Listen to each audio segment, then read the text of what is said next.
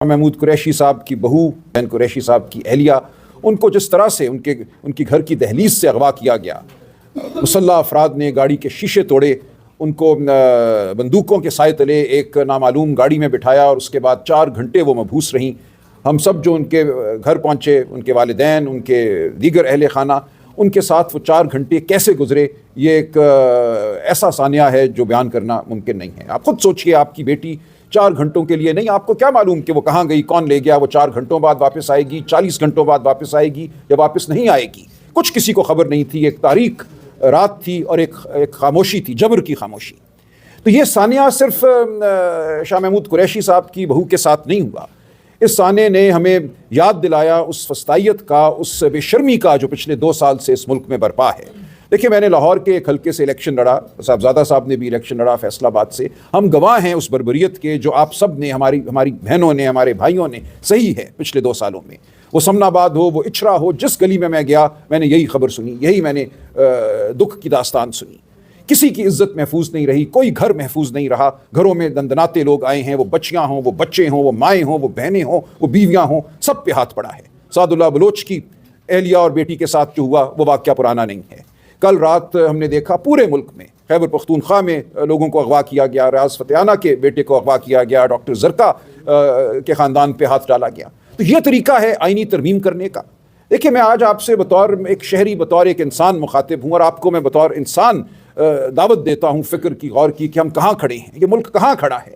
ایسا جبر ہم نے پچھلے 400-500 سال میں نہیں سنا کہ ہوا ہو، کہ گھروں میں پہ دھاوا بولا گیا ہو، بہو بیٹیوں کو اٹھایا گیا ہو سیاسی مقصد کے لیے۔ انگریز نے یہ نہیں کیا۔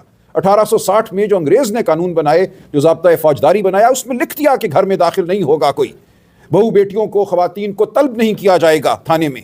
یہ تمام چیزیں انگریز نے 1860 میں لکھی تھی، جن کو آج ہم 2024 میں پامال کر رہے ہیں۔ کوئی قانون نہیں ہے، کوئی شرافت نہیں ہے، کوئی، میں سمجھتا ہوں اس وقت قاعدہ نہیں ہے، کوئی بے شرمی کی حد نہیں ہے جس کو ہم پھلانگنے کو تیار نہیں ہیں۔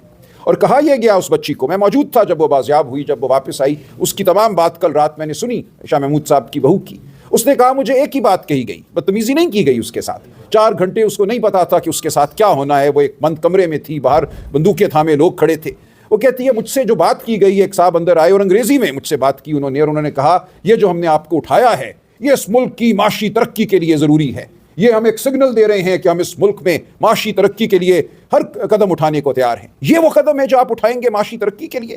آپ اس ملک کو کیا بنانا چاہتے ہیں؟ قبرستان میں معاشی ترقی ہوا کرتی ہے، بے شرمی میں معاشی ترقی ہوا کرتی ہے۔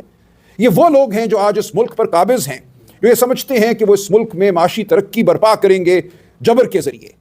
وہ طالب علم ہوں، طلبہ ہوں، احتجاج کرتے ہوئے ان پہ ڈنڈے برسائے جائیں گے، گولیاں برسائی جائیں گی، واقعات کو چھپایا جائے گا، کیا ہوا کیا نہیں ہوا حقیقت سامنے نہیں آئے گی۔ ایک خوف کا سما ہوگا جس میں آپ کہتے ہیں کہ فیکٹریاں چلیں گی، دوڑیں گی، آپ کہتے ہیں کہ اس میں روزگار پیدا ہوگا۔ آج مجھے کوئی کم عمر شخص، نوعمر شخص، نوجوان ایسا نہیں ملتا جو اس ملک سے بھاگنے کا ارادہ نہیں رکھتا۔ میں حقیقتاً یہ کہتا ہوں، میں بہت یونیورسٹیوں کالجوں میں جاتا ہوں، مجھے بلایا جاتا ہے لیکچر دینے کے لیے، نوجوان نسل سے گفتگو کرنے کے لیے، اور میں پوچھتا ہوں ان سے کہ کون اگلے 30 سال 40 سال اپنے دیکھتا ہے کہ اس ملک میں آپ پھلے پھولیں گے، آپ اپنا کیریئر جو ہے یہاں بنائیں گے؟ میں کہتا ہوں ہاتھ اٹھاؤ۔ 100 کے مجمع میں، 100 کی کلاس میں شاید 1-2 ہاتھ اٹھاتی ہیں جو کہتے ہیں کہ ہم اس ملک میں اپنا مستقبل دیکھ رہے ہیں۔ تو آپ نے کیا برپا کر دیا ہے؟ آپ نے اس ملک میں جو بنیادی ایک رشتہ ہوتا ہے ریاست کا شہری کے ساتھ، ریاست کا اپنے بچوں کے ساتھ، اپنے نوجوانوں کے ساتھ، اس کو آپ نے تار تار کر دیا ہے۔ اور آپ کہتے ہیں ہمیں IMF سے لون مل گیا، اب یہ معیشت دوڑے گی، ہم نے SCO کانفرنس کر دی، اب یہاں پر فراوانی ہوگی۔ کس چیز کی فراوانی ہوگی؟ جبر کی، ظلم کی فراوانی ہوگی۔ تو میں آپ سے گزارش کرتا ہوں کہ جو کچھ اس ملک میں ہو رہا ہے اس کو چھپائیے نہیں۔ دیکھیے، ہمیں یہ کہا گیا عمران خان صاحب کے حوالے سے 3 اکتوبر کو آخری ان سے ملاقات ہوئی، اور یہ کہا گیا کہ اب 19 اکتوبر سے پہلے ان سے ملاقات نہیں ہوگی۔ ایک 16 دن کا وقفہ تاریکی میں ڈوبا ہوا، نہ ان کی صحت کے حوالے سے کچھ بتایا جائے گا، نہ کسی اور حوالے سے ان سے کوئی ملاقات ہوگی، نہ وکلاء کی، نہ سیاسی رفقا کی، نہ خاندان کی۔ 8 اکتوبر کو ان سے ایک میٹنگ طے تھی، جو جیل مینول کے تحت ایک حق تھا خاندان کا ان سے ملنے کا، ایک قاعدہ ہے جو دیا ہوا ہے قانون میں، اس حوالے سے عدالتوں کے فیصلے بھی ہیں بالخصوص عمران خان صاحب کے حوالے سے کہ ان کی ملاقاتوں پہ قدغن نہیں ہوگی۔ 8 کو وہ نہیں مل پاتے۔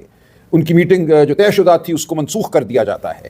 ان کی ایک ہمشیرہ جو آزاد ہیں اب بھی، باقی 2 تو جیل میں ہیں جن کو ناحق گرفتار کیا گیا، وہ آتی ہیں اسلام آباد. میں ان کی طرف سے ایک پٹیشن دائر کرتا ہوں، وہ ہائی کورٹ میں لگتی ہے. ہم یہ استدعا کرتے ہیں کہ انسانی رویوں کے تحت آپ ایک ہمشیرہ کو یا ایک ایسے ڈاکٹر کو جس پہ انہیں اعتماد ہے، خان صاحب کو اور ان کے خاندان کو، ان کو 20 منٹ کے لیے صرف ملنے دیجیے خان صاحب کو، تاکہ جو کروڑوں لوگ پاکستان میں اس وقت تشویش میں مبتلا ہیں ان کی تشویش ختم کی جا سکے. عدالت نے بدقسمتی سے ہماری درخواست رد کی. میں پورا دن اس دن عدالت میں بیٹھا. 4 بجے ہمیں بتایا گیا، 9 بجے صبح ہماری جو استدعا تھی وہ سنی گئی کہ ہمیں قابل غور نہیں سمجھا گیا ہماری استدعا کو. ہم آئے باہر.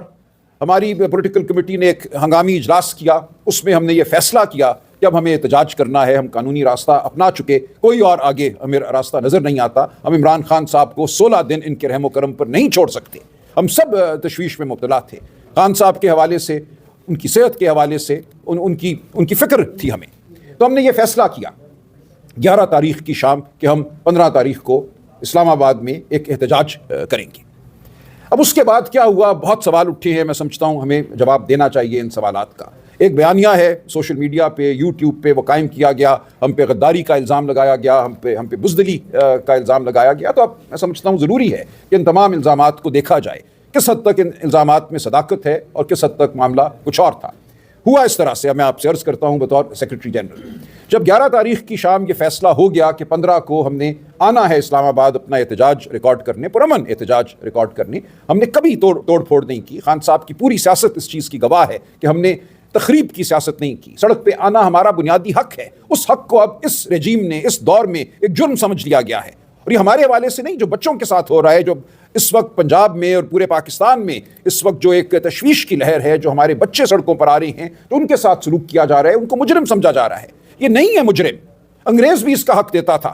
بڑے بڑے مجمع برپا ہوتے تھے، لوگ سڑکوں پر مارچ کرتے تھے، احتجاج کرتے تھے، نعرے لگاتے تھے. یہ کب سے جرم ہو گیا؟ یہ ایک بنیادی انسانی حق ہے احتجاج. اس احتجاج کو آپ نے جرم کا نام دیا. آپ نے کہا جو آئے گا ہم اس کو مار پیٹ کے ختم کر دیں گے، اس کو مبوس کریں گے، مقدمہ بنائیں گے یا مقدمہ نہیں بنائیں گے، اس کو اغوا کر کے کسی کال کوٹڑی میں ڈال دیں گے. آج انتظار پنجھوتا کہاں ہے؟ آج 9واں دن ہے. انتظار پنجھوتا کا کچھ پتہ نہیں. اس کے خلاف نہ کوئی مقدمہ ہے، نہ اسے کسی عدالت میں پیش کیا گیا. تو یہ ہے وہ صورتحال جس سے ہم دوچار تھے. 12-13 تاریخ کے دوران مجھے مختلف علاقوں سے، پنجاب، خیبر پختونخوا اور اس سے آگے بھی، ایم پی اے حضرات کے فون آئے. تقریباً 70-75 ایم پی اے حضرات کے مجھ سے رابطہ ہوا. اور مجھے یہ کہا گیا کہ جو فسطائیت کا عالم ہے اس وقت 4 اور 5 اکتوبر کے بعد، جتنے لوگ ہمارے اٹھا لیے گئے ہیں، بے گناہ لوگ اٹھا لیے گئے ہیں، جو بچوں کو مارا پیٹا گیا ہے، تو ہم اس وقت اس قابل اپنے آپ کو نہیں پاتے کہ ہم اسلام آباد صحیح طریقے سے آ سکیں. ہم روپوش ہیں، ہم گھر سے باہر نکلنے کی حالت میں نہیں ہیں. تو اس حوالے سے یہ کہا گیا کہ اس بارے میں غور کیا جائے. شاید ہم اس طریقے سے اسلام آباد نہ پہنچ سکیں جو ہمارے راستے میں کنٹینر لگائے جائیں گے، جو ہم پر شیلنگ ہوگی، جو مار پیٹ ہوگی. پہلے ہی ہم اپنے بہت سے لوگ کھو بیٹھے ہیں جو حکومت خانوں میں ہیں، جو تھانوں میں ہیں. تو غور کیجیے.